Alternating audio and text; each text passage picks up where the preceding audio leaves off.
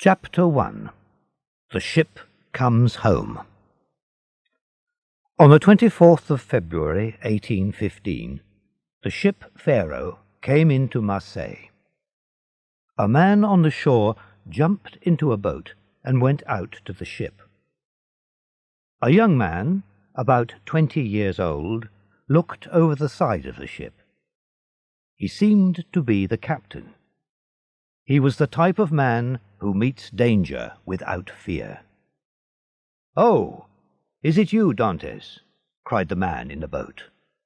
"What has happened?" "A very sad thing, Mr. Morel," replied the young man. "When our ship was near Civitavecchia, we lost our brave Captain Leclerc." He turned to his men and gave a quick order. Then he turned again to Morel.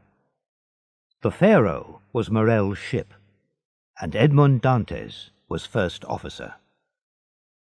"We will all die one day, Edmond," said Morel.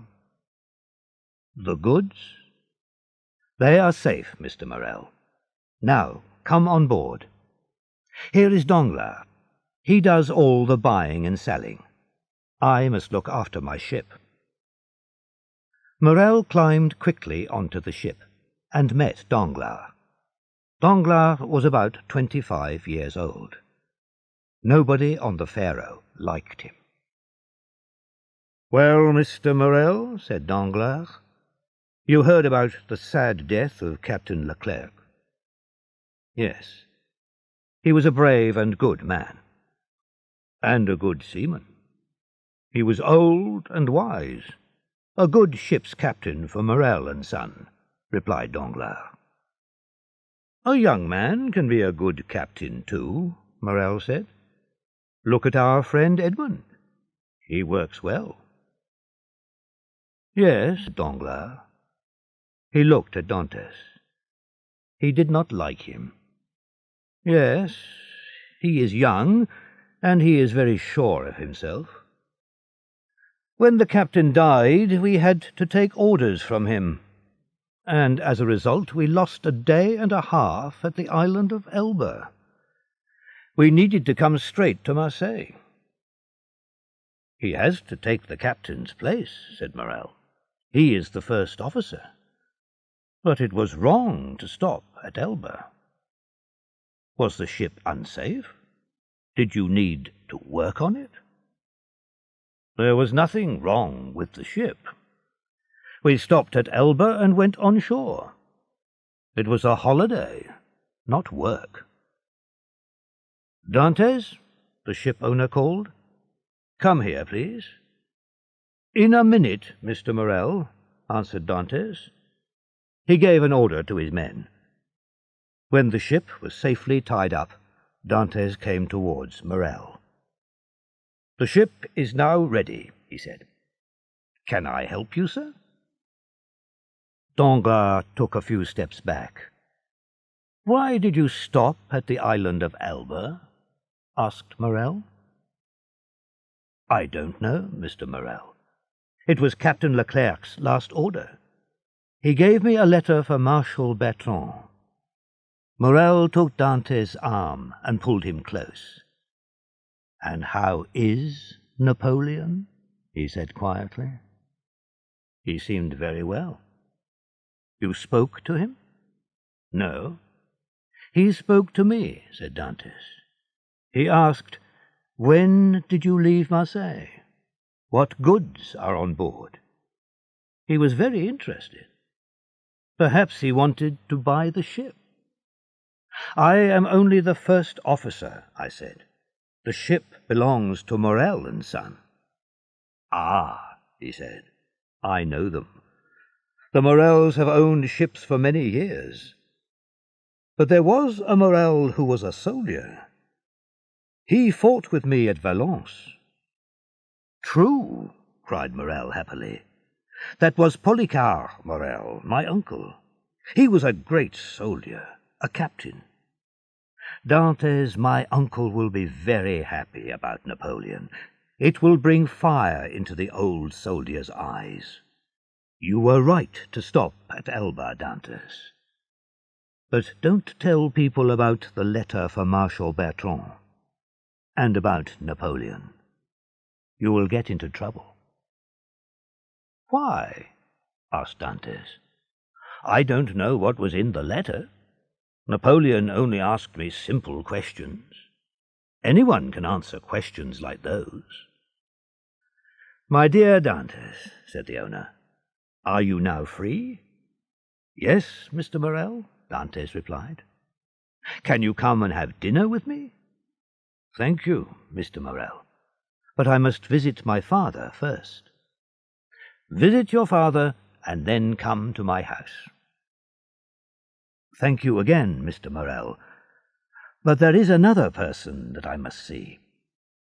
"True, Dantes, I forgot. Of course, the beautiful Mercedes.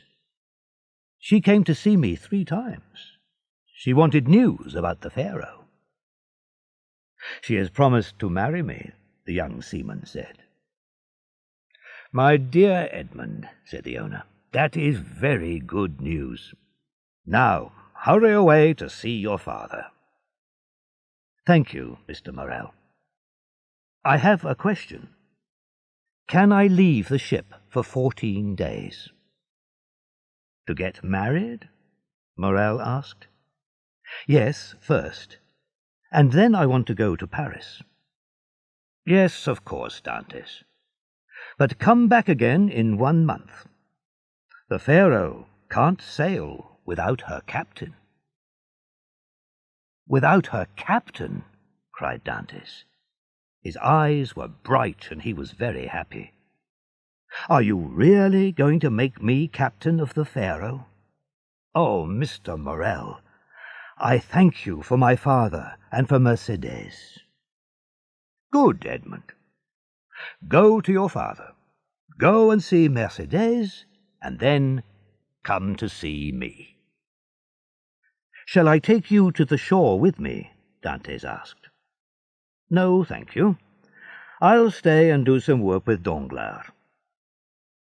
"Were you pleased with him on this journey?" "Do you mean, is Danglars a good friend?" "No, we aren't friends. We disagreed one day near the island of Monte Cristo, and he doesn't like me. But he works well. I can say nothing against him." The ship owner watched Dantes until he reached the shore. Danglars stood on the ship behind Morel. He also watched the young man as he went away, but he did not look kindly at Dantes.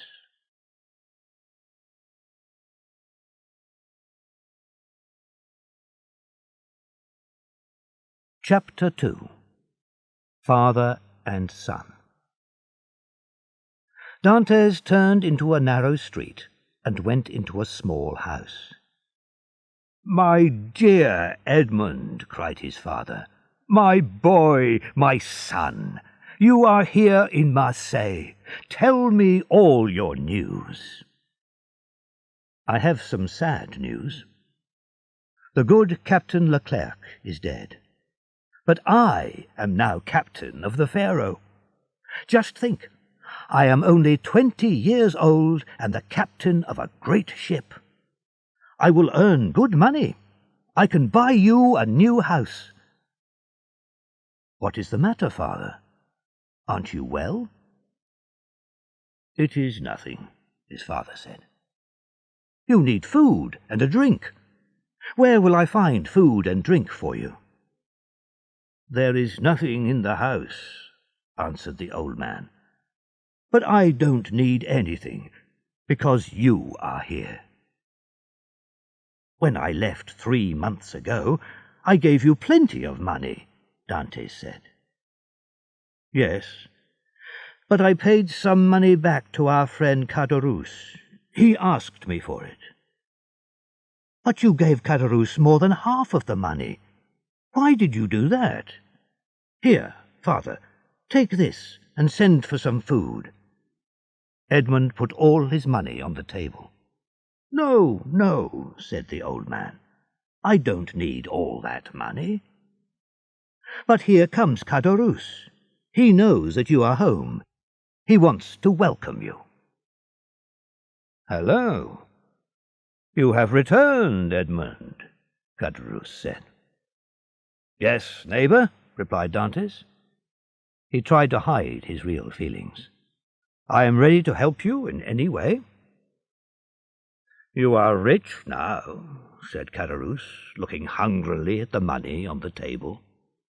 "Oh, that," said Dantès, "that is my father's money. But of course you are our neighbour. If you want money, we will lend it to you." "Thank you, but I don't need anything. I met my friend Danglars, so I heard that you were here. I wanted to see you." "Good Caderousse," said the old man.